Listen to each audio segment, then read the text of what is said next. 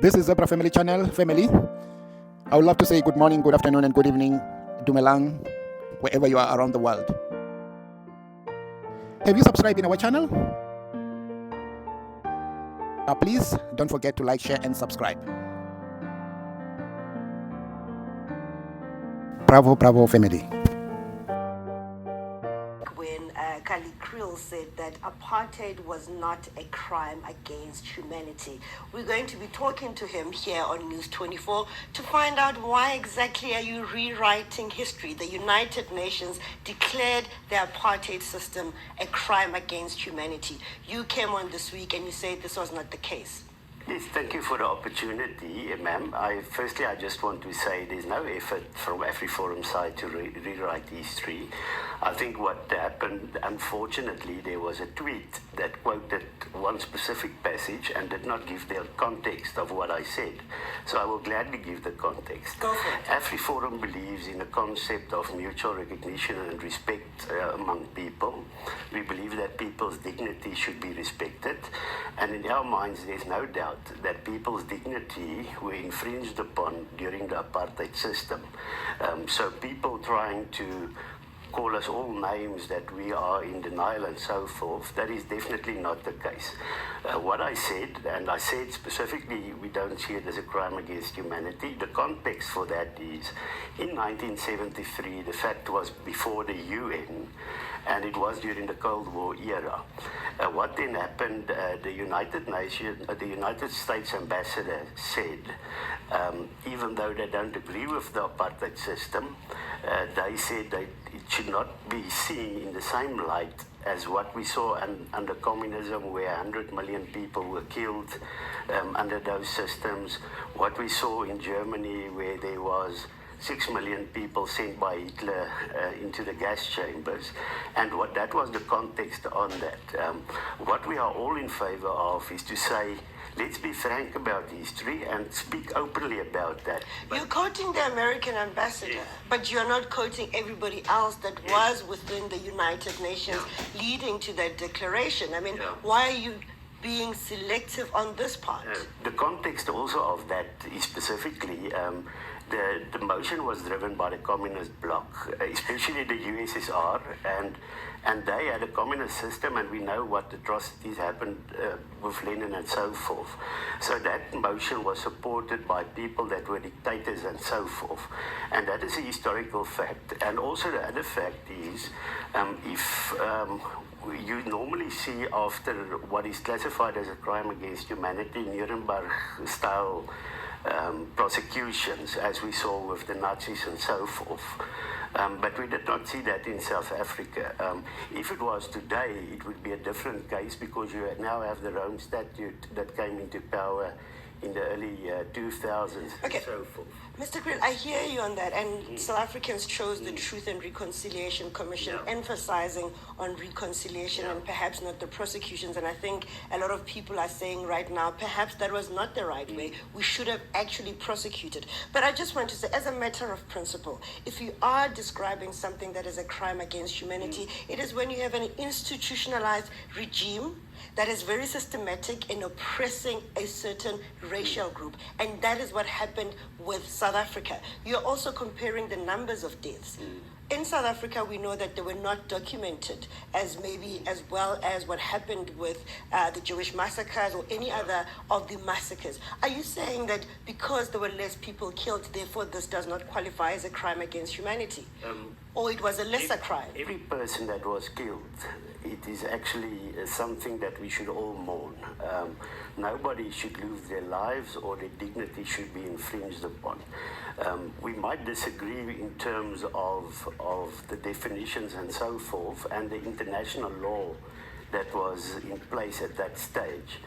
But simply what we are asking is, we will gladly debate as you are doing now with those kind of facts.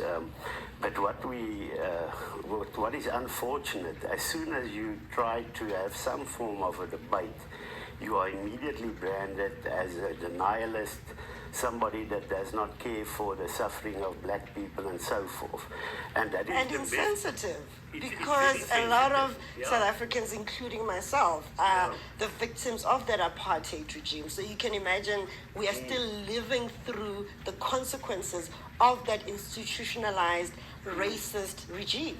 I have respect for that sensitivity, but what I believe is quite important, that we should not have no-nos in our debate and say immediately if somebody says something you disagree with, they are immediately seen as somebody that is negative towards black people and so forth.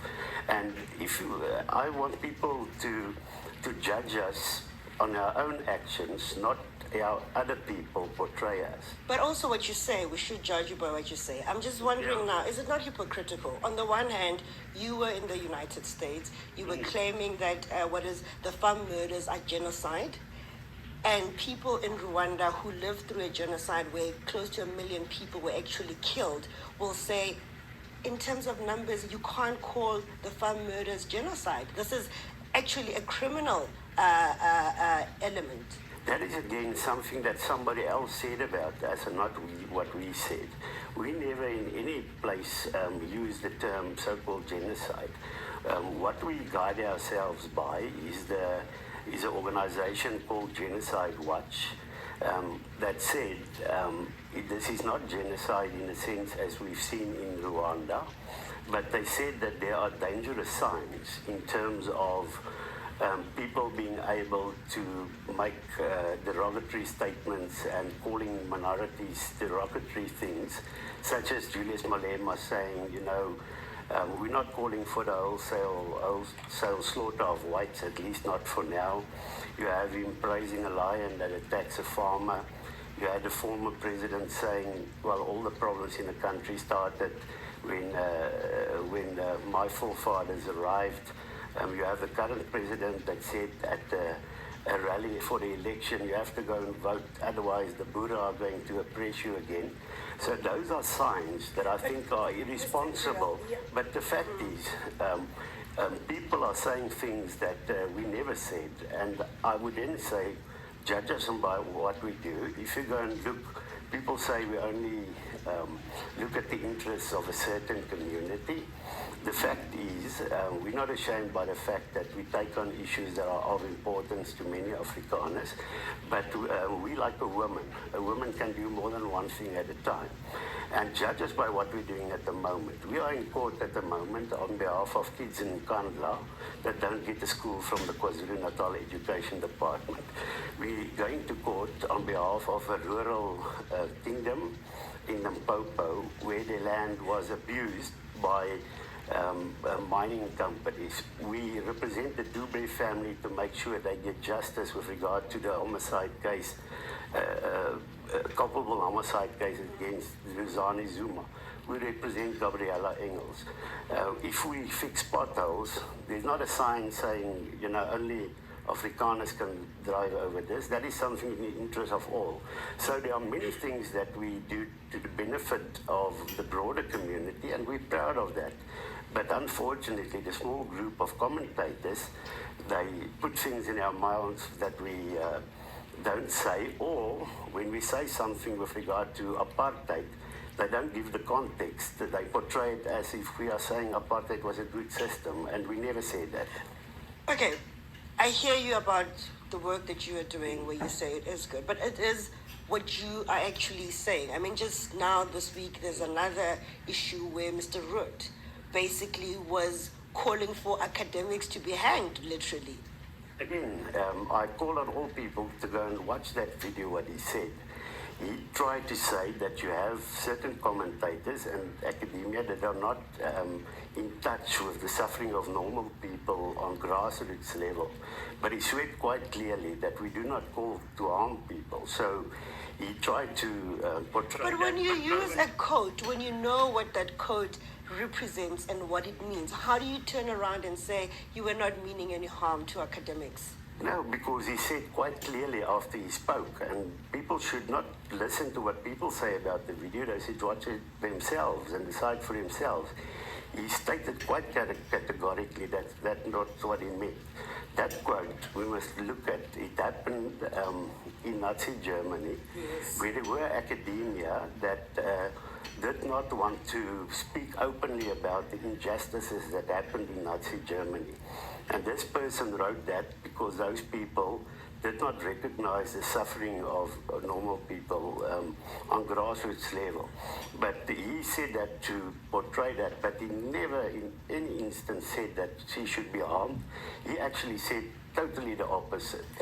We will agree to disagree on that one, but let's talk about your recent trip to America. What was the purpose of that trip? That trip, we know that the South African president said in Parliament we should come back and we should not campaign against our own country. Unfortunately, I think there's a problem if the ruling party sees their own interests as the same as those of the country. What we did is a deed of patriotism. Deed of patriotism? It is most definitely a deed of patriotism, and I'll tell you why. If you go and look what happened in places like Cuba, Venezuela and Zimbabwe, when property rights was not respected, it was not simply just one group of property owners that were harmed. We know in Zimbabwe today the economy was destroyed. There's a 90% unemployment rate.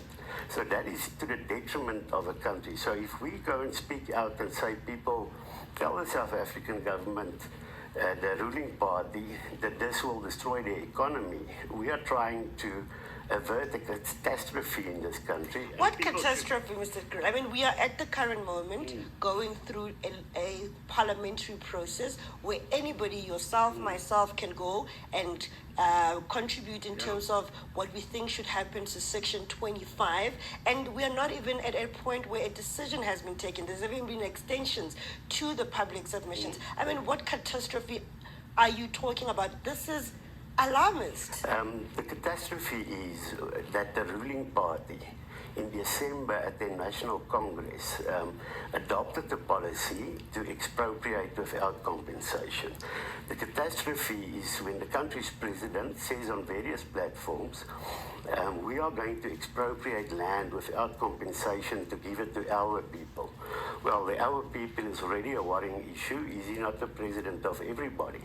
So that is their stated policy, and we have to mobilize against that, as is the right of any group to do so. So you're very selective in who you go and see. Conservative lawmakers, you choose Fox News with its conservative views that has portrayed the land issue as part of this so-called genocide against white people in South Africa.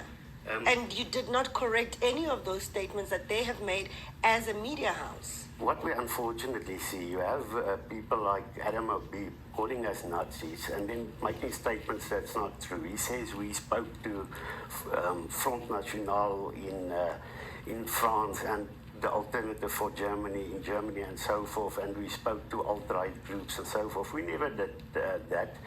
We are a mainstream organization, and you can have your views on Fox News, but they are the biggest. My issue is you not correcting them, because we have had statements made by some people from Fox News stating that part of the project on land is part of this so-called genocide against white people. And you did not correct that perception to say that, look, there is a parliamentary process very different to what happened in Zimbabwe, where tomorrow it was decided by the president that they're expropriating land without compensation. In this country, which is a constitutional democracy, we are going through a National Assembly process. Fox News never referred to genocide and those calls. They said what the threat was with regard to land, and also mentioned the problem that we have on farm murders in South Africa.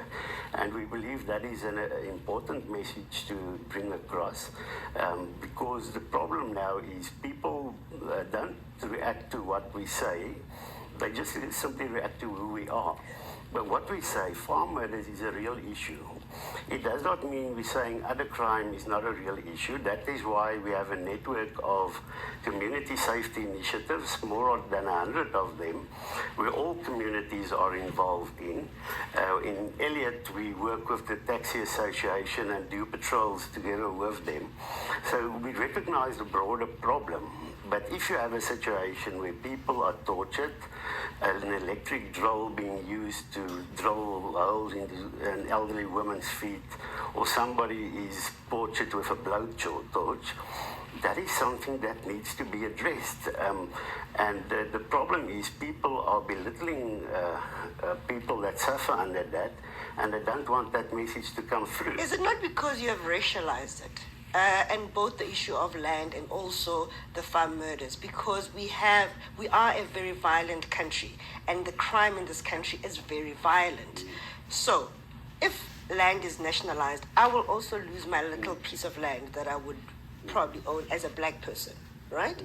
If I am a farmer living in a very isolated area, I would probably also be at similar risk of being attacked because of these criminals that are going for easy targets, people that are in open spaces that do not have access to police readily. The racialization of it, which is what the Fox medias and you guys have done, is part of belittling the problem instead of actually just addressing it. No, we've never racialized the issue. If we speak about the land issue, it was racialized by the Deputy President of this country, Mr. Mabuza, when he said whites should give up their land voluntarily to make sure that there's not violence and will be taken by force. He racialized the issue of those kind of remarks. If you look at the motion that was adopted in Parliament and you read the first few paragraphs, it racializes the issue. Because, the issue of land would be racialized from a historic context, that it was land that was taken away from original people of South Africa who are of Khoi, black, etc. descent, right? And it was colonizers who moved in. But right now, if we're talking about nationalizing land, there are black people who actually do own land and are also at risk of losing it. And that is why I'm saying the other project that we're moving to is not necessarily targeted at white people. Well, then he should speak to the Deputy President that he should not racialize the issue. As I've said... You have not yourself. Well, we've reacted to what he said. We have to take seriously what government leaders say. We cannot simply just stand back and say, okay, let's just rather ignore it and pretend that he never said that. So he has racialized the issue.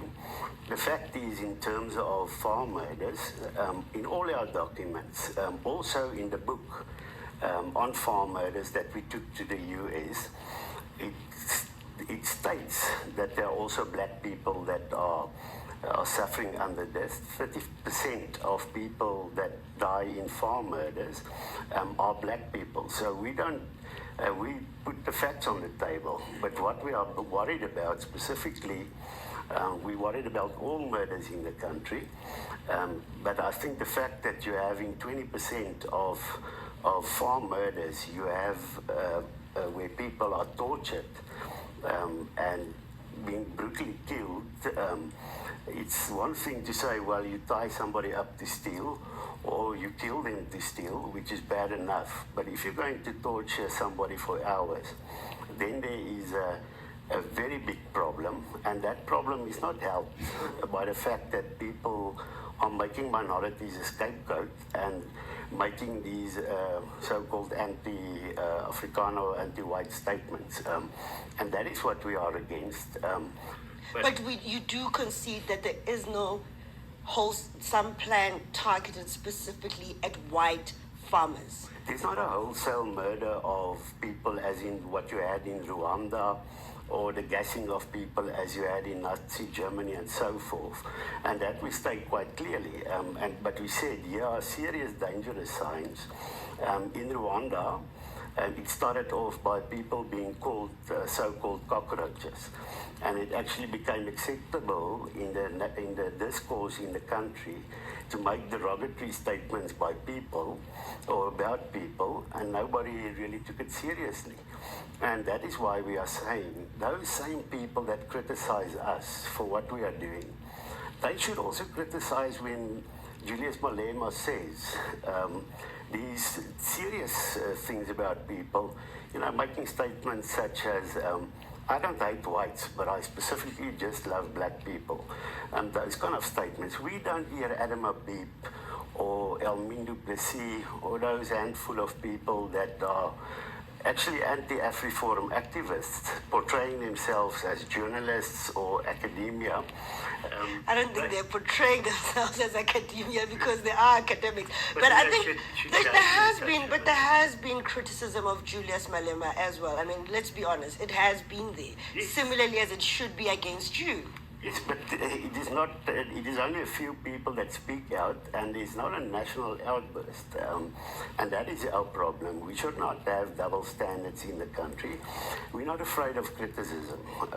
Of course, we would prefer that criticism is based on what we do, and not on what people think we are. Just as a last question, Mr. Creel, we are clearly still a very divided nation. That project of reconciliation is by far nowhere near anything. What is AFRIFORUM doing in terms of making your constituency, which is white, right, understand issues of white privilege, understand issues of we need to share the land? What are you doing practically to make sure that, you know, the other side, your side, reaches out to the black community as well? What we do specifically, if you look at our local projects, of our more than 100 branches countrywide, you can go project by project. It is those are projects that are to the benefit of the community as a whole. And I think the one brilliant thing that we are seeing is that there is, despite the divisions in the political discourse, that there is a strong feeling on local level for people from all communities to work together. And we should, I want to quote Winston Churchill when he said, we should not confuse published opinion with public opinion. What we experience from the statements made by our people and so forth is not what we experience on grassroots level. And we will not be deterred. We will continue to cooperate with people as we represented the Dube family, as we represented Gabriella Engels, as we representing the people of Nkandla, as we are representing the kingdom in Limpopo, as we are working with communities across the country to tackle crime. Those things we will go ahead, and we will not be deterred by false accusations. You know, I always say to our staff members, when we do what we do, when you sometimes go against the agenda of another political grouping, they would try and portray you. The easiest method is to stereotype you, portray you as some kind of a racist and so forth. We cannot stop that from happening. All we can do is to make sure that those accusations are not true. And I can tell you today, South Africa, from all communities, AFRIFORUM respects the dignity of all people. We are here to stay. We've been here for more than 360 years. We're not Europeans. If I go back there, I struggle with the language there. I don't feel at home there. So we want to make sure that this country should be built to the benefit of all people. And we also want to extend a hand of friendship to say to people, you might disagree with us on some issues, but if you differ on many issues, it does not hinder you from working together on those common goals. And we are willing to work with anybody. We're announcing at the Solidarity Movement's Congress today that we want to go into a process of the renewal of trust amongst the various communities in this country. We also want to engage government because it's in none of our interests if we go into a conflict situation. The Zuma years has done a lot of damage to our country. It has created a lot of divisions amongst people, and it is now time to correct that. But in correcting that, we cannot be silent with regard to burning issues, such as farm murders, such as crime as a whole, such as expropriation without compensation. Family, I just listened to this CEO Carl Krill of AFRIFORUM. This interview was conducted on News 24 6 years ago because they had to come and clarify why they were saying apartheid was not a crime against humanity. They tried to explain how that was taken out of context. But when you look at what they are doing today in 2025, it comes to the same thing the interviewer, when she was interviewing him, Carl Krill, he denied most of the things that he's been asked. And when he was asked, are you guys trying to rewrite the history? You want to take us back to apartheid again? He denied that. Let's say by that time when he denied it, we grant him that time. That okay, it means maybe it was taken out of context. But now in 2025, going back to the White House, 2025, and fabricate lies that in South Africa there's land grab, there's white genocide, something that is not happening. It proves that those people from the AFRIFORUM, they want to rewrite history. They are not part of the government, and they are not a political party in the country. They are just a minority there. They complain about the rights of minority, that minority in South Africa have got no rights, which is not true. They are the most people who have got everything, when our people, the majority, are staying in shacks without land. When the bill had to be passed, they wanted to fight about land expropriation. They didn't want that. NHI, they don't want that. Bella Bill, they don't want that. Anything that will transform life of the poor, they're against it. So is it proper to say those people are trying to rewrite history? This video was 6 years ago, and now in 2025, they have done the same thing they did in 6 years ago. Let me just give it a. Let's just talk about Malema. Malema, when he sing the kill the boer, kill the farmer, it was a problem. He was taken to court, and because it was a struggle song, he won the case against AFRIFORUM. Because it was not Malema's song, it is a struggle song. It was sang even during the time of. It was sang by all the organization, even ANC, during the time of the struggle. It's got a history in it. So when they complain about it, the court didn't grant them. They lost the case. Now, Julius Malema has been denied going to UK. We're talking about something that happened recently. They were the first to celebrate that now the world is listening to them. That's why Julius Malema was denied to go to the UK. He was refused a visa. So you could see these people, that the fight that they are fighting, they don't want to stop and start to reconcile. Because truth and reconciliation was there during the time of Mandela. But black people, because they have got heart, they forgive them for all the atrocities that happened. They wanted to solve this thing amicable without fight. But now AFRIFORUM is still want to write the history. As to why they want to rewrite the history, God knows. Family, what do you think about this video? Drop your comment. And don't forget to like, share, and subscribe. Let's keep the fire burning. Bravo, bravo.